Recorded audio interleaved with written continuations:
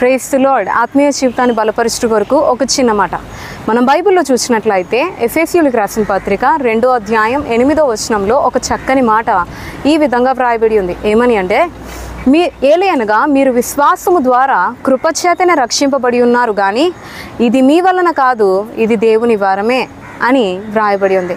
నిజమే, మనం దేవుని కృపచేతనే రక్షింపబడ్డాం, కానీ మన నీతిని బట్టో, మన భక్తిని బట్టో, మన మంచితనాన్ని బట్టో ఎంత మాత్రము రక్షింపబడలేదు అన్న విషయాన్ని మనం గమనించాలి.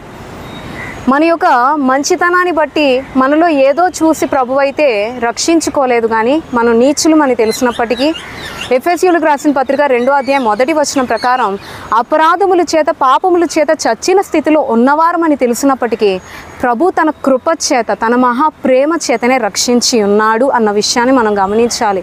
ఈరోజు మన జీవితంలో మనం కలిగి ఉన్నది ఏదైనప్పటికీ అది ప్రభు కృప ద్వారానే పొందుకున్నాం అన్న విషయాన్ని ఎన్నడూ జ్ఞాపకం చేసుకుంటూ ఉండాలండి. ఈరోజు మీ జీవితంలో మీరు ఏం పొందుకున్నారో, మీరు ఏం అనుభవిస్తున్నారో అది కేవలం ప్రభు కృపను బట్టే. ప్రాముఖ్యంగా మీరు రక్షింపబడినది ప్రభు కృప చేతనే అన్న విషయాన్ని గమనించి ఇది దేవుడిచ్చిన వరం అని గుర్తించి నిత్యము ప్రభు దృష్టికి ఇష్టంగా బ్రతకడానికి ప్రయత్నించండి.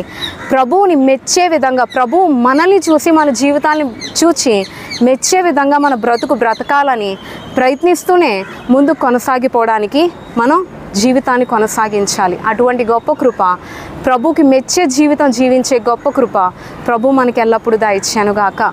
ఆమేన్.